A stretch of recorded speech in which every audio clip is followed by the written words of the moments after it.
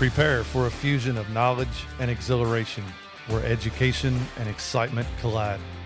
Taking you on an adventure that expands your mind and speaks to your spirit. I'm Master Nick. I'm Lady Dee. We are the Dom Life.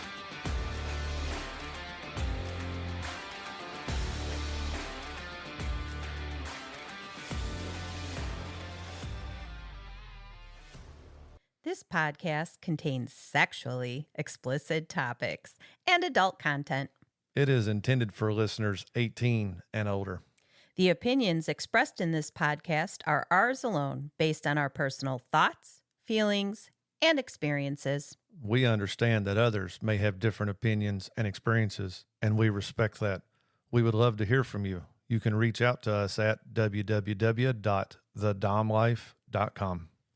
Behavior standards, how to speak, respond, and show up is a good intentional structure. Yep. It is obviously one for me is you do not speak to me disrespectfully. Yes. There is ways of communicating. If you are, a lot bit grumpy that day, there are tones and there are ways of expressing yourself. Well, and I didn't go too far because if I went too far, then I would have been calling you names, which would have been bad. Yep. I don't go would have that been real far. Bad. All right.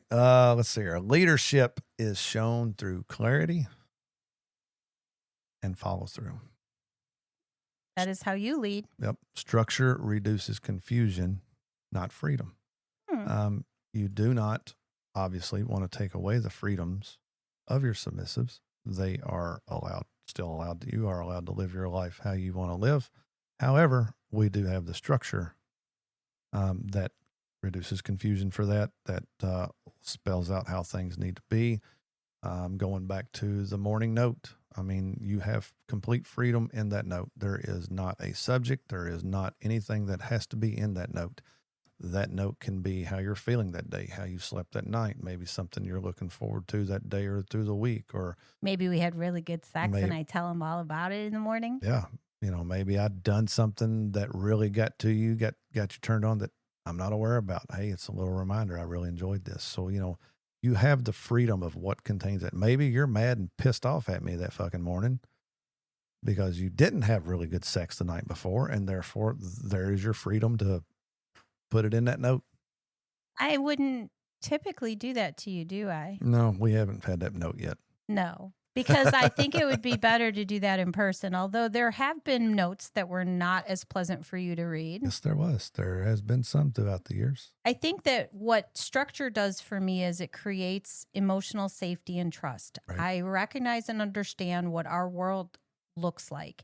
It may adjust, it may change based on current situation, but I understand our dynamic.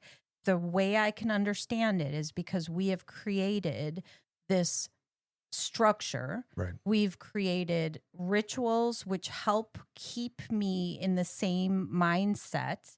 And then we have the triggers, which are the anchors that will reset that when I need it reset. So, yeah.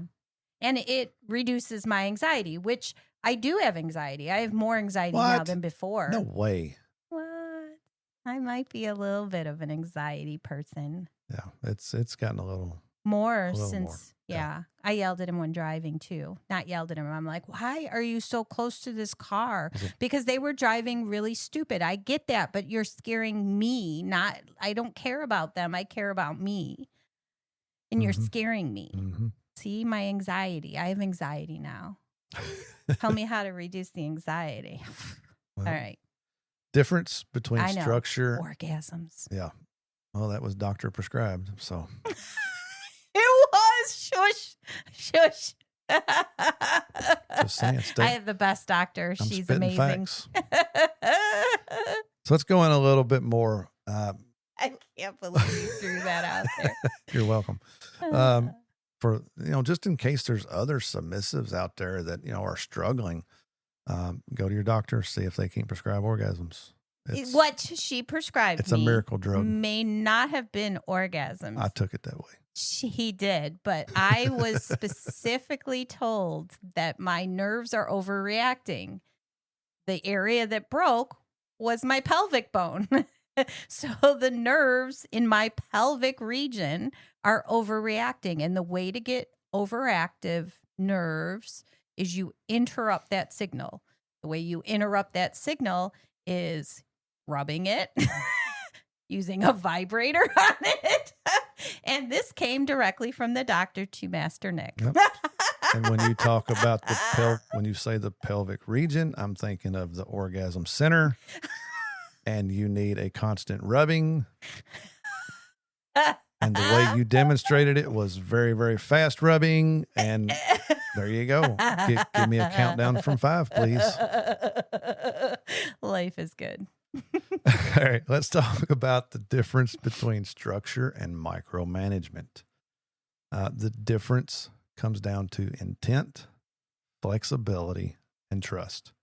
Structure creates a framework that supports behavior and consistency. Micromanagement controls details in real time, often driven by lack of trust or overcorrections. Yeah. You do things in such a way, and it was kind of the first example that popped in my head was requesting a picture upon doing a certain task. Some kind of a sexy task, kind of maybe an insertion, maybe a something. Yeah. But you're asking for a picture, and the question could be asked, well, that picture doesn't actually show you the thing. Right. Is that proof? How can that be proof to you? Right. And what was your response? My response was, if this is your task to insert this and a picture does not prove it, the fact that you took the time to snap a picture and send it to me, I can only trust that it's in there. And so you're not micromanaging every second of everything. No. You're giving the task, yes. assuming the submissive is going to accomplish that task. Yep. And then you're asking your picture for your pleasure and for just the confirmation that you were thinking of it. Because if the person didn't send you a picture, you don't even know if they remembered to do it. Right.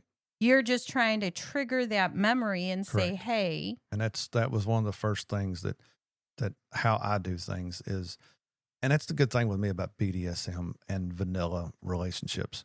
You get into a vanilla relationship, you build that trust between each other, right?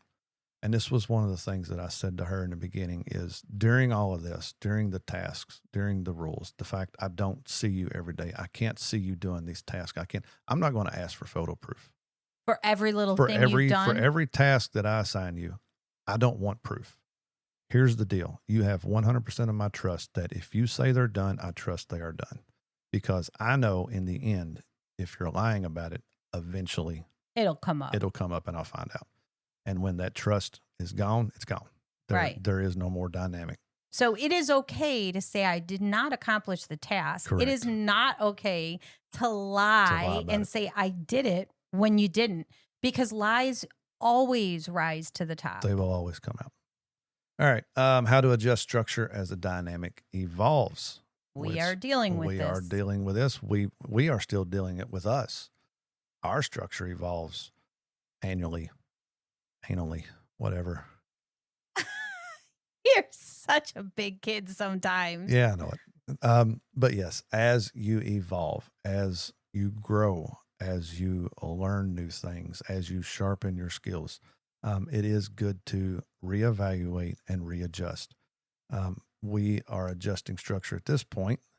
Yeah, you're the dominant, but it's not always what you want. No. It doesn't work like that in a dynamic. Correct. It's both ends. Yes, they have to work for both. And if me as a dominant comes and says, these are the tasks or these are the rules, that doesn't mean they're in stone. I can lay them out. This is what I want. But then the submissive does have the right to negotiate that. It can be yes, I can do that, or I may have a problem with this, or I don't know how I feel about it. Let's try it. And then there's other situations when a submissive is failing at the task that you assign, that you might have to review that and make adjustments. Yep. As I am building this new one, ultimately, there is a lot of tasks, there's a lot of rules, there's a lot of rituals that I would really enjoy. However, something fresh, something new, starting off, the last thing I want to do is to make the submissive feel like they're failing. So did I give all 20 of them at once? No, I picked 3 or 4 tasks that I felt were more important to me. And that's where they started at. And important for health. For health and growth, and to build that structure. It, little by little, we will add more. But while doing this, as a dominant, you have to monitor, you have to pay attention. Is your submissive fulfilling all the tasks? Are they following all the rules? Is all the expectations that are laid out there, are they being taken care of? And if not, and the submissive is hesitant about speaking up or saying something, you as a dominant has to be able to see that and see the warning signs and stop it and pull them to the side, or send a text or send a phone call of, hey, I see you're failing at this task. You're not able to complete this. What is going on? What issues are you having? Let's not overwhelm the submissive. Yes.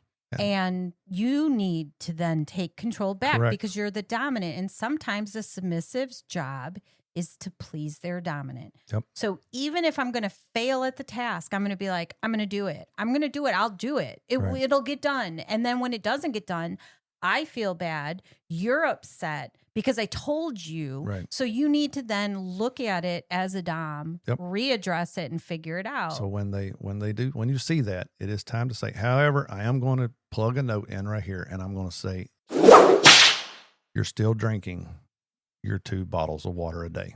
Non-negotiable. Non-negotiable there. So up your game. Do better. I will not renegotiate that one. Oh. 2 bottles of 2 of her bottles a day. What she needs. I drink 4. Yes, you do. It's I do 3 at a minimum. I do 4. All right, now I've lost my place of where I was at here. Okay, here we go. Negotiation is part of setting up a structure. We did hit on that. Ultimately, everything in a dynamic is negotiable. Nothing that one person says is set in stone. Everything has the right to be negotiated. Even both parties have the ability to Sir Dante and Zora's big contract. Even in their big contract, yes, there is a change order form. Yes. And they do renegotiate structures that don't work for them. So if your dominant, say, is not willing to bend other than one, say, rule, but if they're not willing to bend on multiple, then that means your needs are not being met. Right. It is time to readdress the relationship. Yep, absolutely. And then with that, reviewing structure over time. And this time depends on your dynamic. Ultimately, we don't review ours very often now. We reviewed it frequently in the beginning until we got to a point where we're pretty well satisfied. Well, as a matter of fact, we've done a whole podcast, maybe 2 podcast episodes on negotiating our contract. Yes. That was the first time we renegotiated it, but we have been following that one and doing a lot better. With the new one that we've got currently, once a month, we're going to review it because, again, we're building. So we will review it monthly. We'll add, we'll take away, and then eventually we'll get to where we do it 6 months, and then it'll go yearly. But definitely make sure and keep track of that. Review it, discuss it, pull it out on date night, or however you want to do it. But make sure you review and go over everything to make sure both parties are still good with it. All right. Recognizing when structure becomes overwhelming. We just talked about this. It's way down here. Okay. If the submissive isn't confident enough to speak up where they're failing at, again, approach them to renegotiate.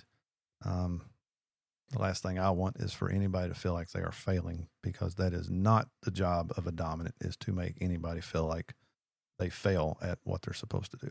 I think that the individuals who do that are more about abuse than an actual DS relationship. If at any point you feel like you're failing regularly, either the dynamic doesn't work for you both, or if your dom is happy with you failing and then allows some kind of abuse to happen or punishments to happen, then that means you're likely in an abusive relationship versus a true DS dynamic. I would agree 100% with that. So now let's move into avoiding performative protocol. What is performative protocol? God, I hate that word. I was going to see if you even read it because you struggled on that when we was talking about struggled. Doing things just to look dominant or submissive. That is performative protocol. Just because you want people to think you're a dom, because lo and behold, good doms are hard to find. So I've been told. So if you portray yourself as a good dom to try to attract more submissives, you are doing performative protocol. You are not actually following what a dom needs to be. You're just trying to play the part. Right. Copy and paste dynamics from social media. That is a big one. Yes. It's getting, social media has taken over the world, and you can be anybody you want to be on social media. We have seen it time and time and time again. But don't worry, folks. I suck at social media. So therefore, I hardly ever post. So I don't even have time to fake the social media shit. So there's that. And then you also have the empty rituals with no meaning behind them. A ritual that means nothing to you or your submissive, or particularly both. What's the point of even having it? Yeah.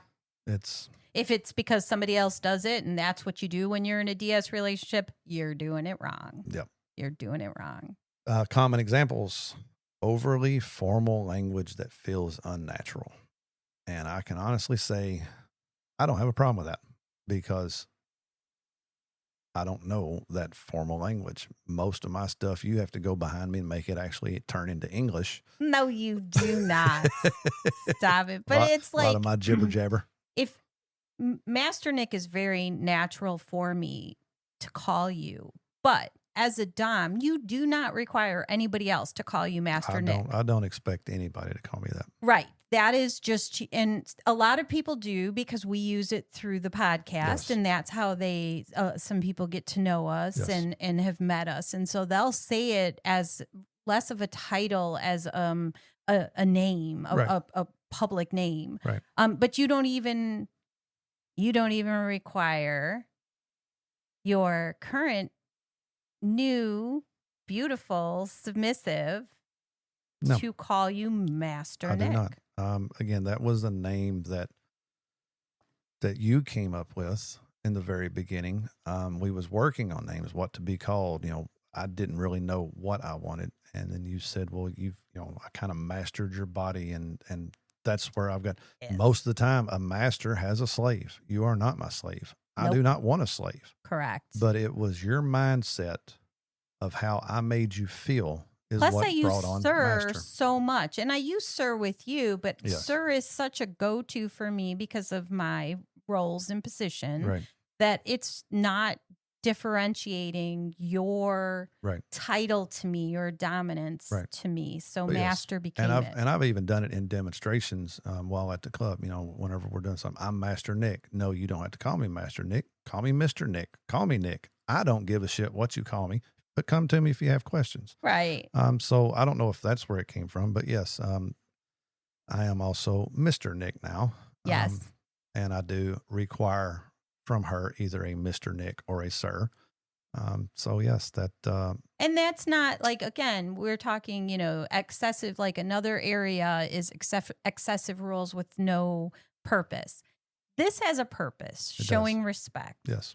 So yeah, I think that there are a lot of people who set up all kinds of rules because their fantasy world has all this stuff, and I expect you to do this and jump when I do this, and you need to kneel when I do this, and it gets to be a much. Right. So there are people in this world that can accomplish that and that are happy in that dynamic, and I'm happy for them.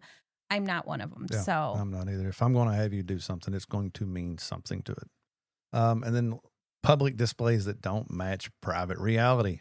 That is all. I mean, that is 90% of social media, people. Like, what you're seeing is you're seeing their public personas. How many times has there been like, oh my God, look what happened behind the scenes, and everybody's crazy because that's not what they knew them to be. Right. Exactly. And even then you go back, I mean, some people know us. A lot of people still don't. Correct.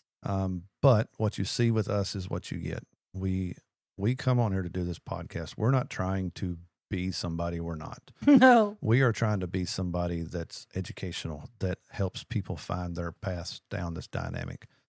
We've had people come to us and to meet us in person and be like, you sound just like the people on the podcast. And that's because we are the people on the podcast. Yeah. This is how we live our lives. We're talking about it. We're putting our lives out there for others to either learn, the best ways of doing things and to learn ways to not fucking do things sometimes. Right. And we are who we are. So that's how you need to live your life. If you want to be a dominant or you want to be a submissive and you don't know where to start, research it, but stay true to yourself. Don't do something as a dom. Don't do something as a submissive just because somebody else or other people are doing it, because every dynamic is different. That is what Master Nick is dealing with right now.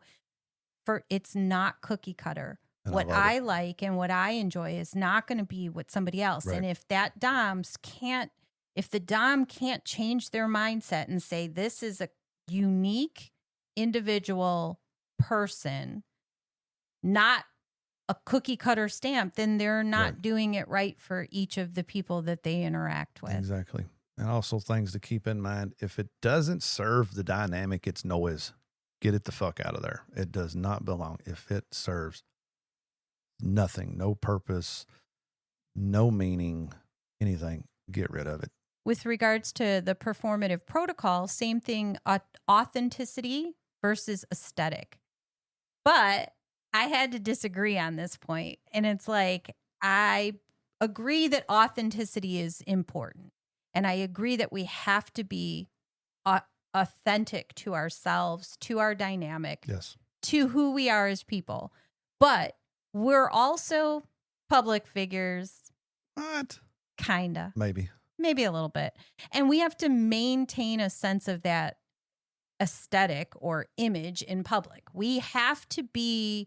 So my accident resulted in him being very verbal about the fact that he's felt like the submissive for about the last 6 months. I want to go back and change that to, I feel like the slave. The slave of Lady Dee.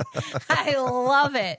I may need a slave, sir. All right, we'll find you one. All right. So, again, because there was this dynamic, our world at home had a very different look than our world in public.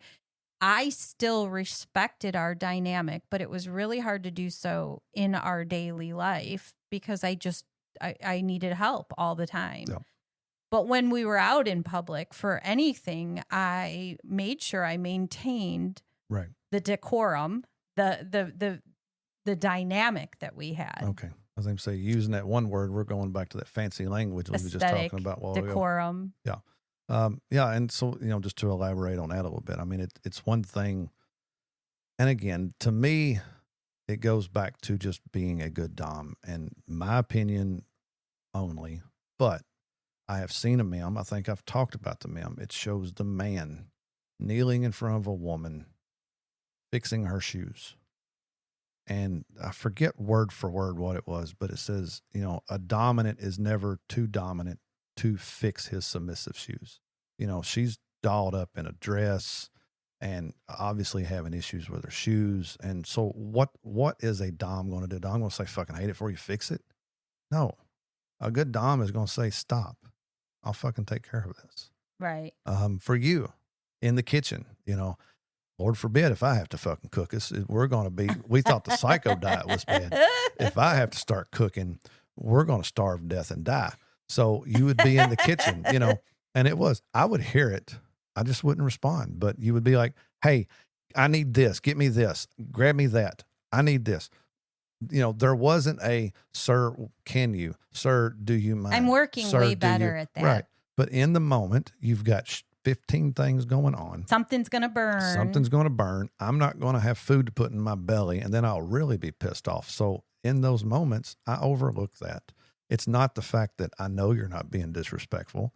I know you're not doing it trying to take back control. I understand the reasonings for it. So in that moment, in that time, understanding the situation that we're in was no big deal. Right. That's why I was now your slave. So I love you so much. Yeah, I figured you would. All right. Let's see here. Red flags to call out on. Submissives feel like they're acting. If you're submissive, doesn't get the meaning, doesn't get the feeling, the emotional side of doing something. If they are only going through the motions to be acting like they're submissive, that is a red flag. That is a time to call a timeout, have a discussion, sit down at the table, do some renegotiating, opening up the lines of communication. What's going on? Why do you feel this way? What can I do to make this mean more? What do we need to change? That kind of stuff. I can see in this instance where I would maybe have to act in the beginning. So I picked Master Nick, but if you wanted Master Nick in any subsequent submissives, say that 10 times real quick. No. You required that. I may have to use the words that feel uncomfortable until they become comfortable. So Right. there are times, but you'd have to talk and negotiate through that. Right. But you would have to, I mean, I use it so frequently that even he has used it. A time or two. Usually when she's bratting a little bit. Yeah, it's when it comes out, and I love it. All right. Other red flags. Dominant enforces rules they don't care about. Now, that may be hard to find, but as a submissive, no, not as Lady Dee submissive, as a dominant.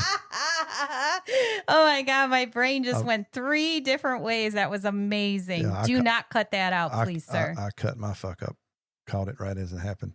I don't even forgot where I was going. As a dominant, for me, I'm not going to make a rule that I don't care about to begin with. As a submissive, you may not know what the meaning of it is. So if you are a submissive and you're questioning it, question your dom. Can we have a discussion? What's the meaning behind this particular rule? You should always be able to question your dom. You should. Absolutely. 100%. Open lines of communication. Yes. But again, do all submissives feel the secure, safe space to ask those questions to their dom? That's the point I was getting at there. But yes, technically you should be able to, we need to talk. I have a serious question. The lines of communication should be open and it shouldn't be a problem. However, I know there is going to be some doms that is going to get severely mad and pissed off if their submissive questions anything they do, which again goes back to why we consider that a red flag. Yep.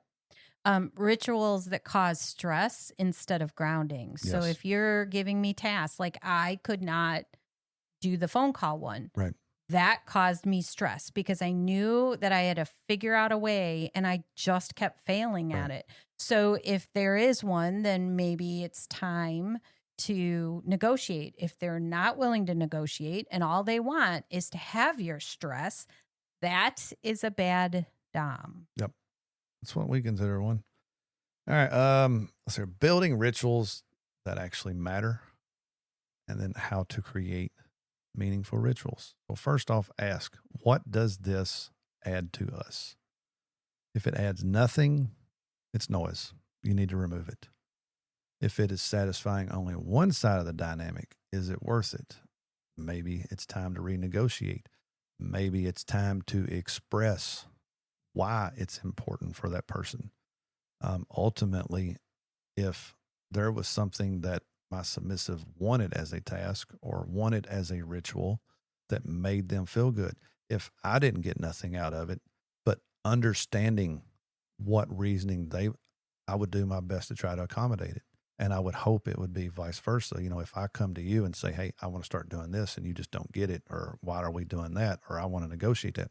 If I was able to clearly communicate what meaning it had behind it, what it does for me, what feeling I get, how it makes me feel towards you, then would it be worth keeping in there? That's a discussion for you and your partner to have. But so I have a question. We had one that dropped, and it dropped because, women are women, and I was sending you pictures. Mm-hmm. And that dropped. It dropped at some point in our relationship. It did. Do you miss it? Oh, yeah. Would you like that to start again? Yeah. But the reason it stopped was we were seeing each other every day, and you was running out of ideas. I was still fairly new, the scenes in my head didn't come as easily. The images in my head didn't come as easily. I can sit here now. I've done replayed 5 scenes in my head while doing this podcast. Just be freaking. I mean, I can create those ideas a lot easier now. So yes. Educate yourself, people. If you educate yourself and you're constantly trying to learn, then what happens is you become a master Nick who actually has learned and is continuing to learn so that he can engage with his submissives in the right way. Right. But yes, ultimately I would not be opposed to having those pictures back. Well, we're going to have to go after this and renegotiate a contract. It doesn't even have to go in the contract. Oh, but it's going to, because there's probably going to be a time or two that you miss, and then it's going to be fun for me. It's always fun for you. Either way, it's always fun for you. It's fun and games for you. No, I'm just kidding. I'm just kidding. Totally kidding. That was a total joke. I'm glad you realized what path you was going down that before I had to say it. That was a total joke. It was a total joke. All right. Keep it simple and sustainable. Yeah. You don't need nothing very elaborate. Maybe there's a task or a rule you have to elaborate on to kind of keep the confusion down and to give that direction, but keep it simple and sustainable. And you want to tie rituals to emotions, not just actions. The collar. The collar is a huge one for you. Yep. And it's not my day collar. My day collar has very little emotional other than, hey, I'm a submissive in this, right. But when Master Nick pulls out my cuffs and my collars at the club or at here, when he pulls those out and puts it on me, it's almost a formal changing of my mental set into complete surrender. Right. I no longer have to pay attention to the world around me. I am not looking at the things because Master Nick's got it under control. So for me, that ritual is tied into the emotion of surrender for me. Right.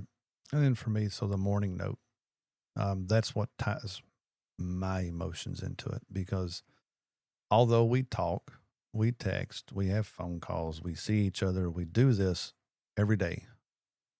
It's whenever I get that note, it's like I'm looking into more of you. I'm getting more of your feelings and more of how you see things. I'll start putting those feelings in there, sir. Okay. Lay it out. Again, if I'm fucking up, I want to know, because I love you. As a dominant, you're going to fuck up, but knowing when you fucked up and willing to change how you fucked up, I'm good with that. Yeah. All right.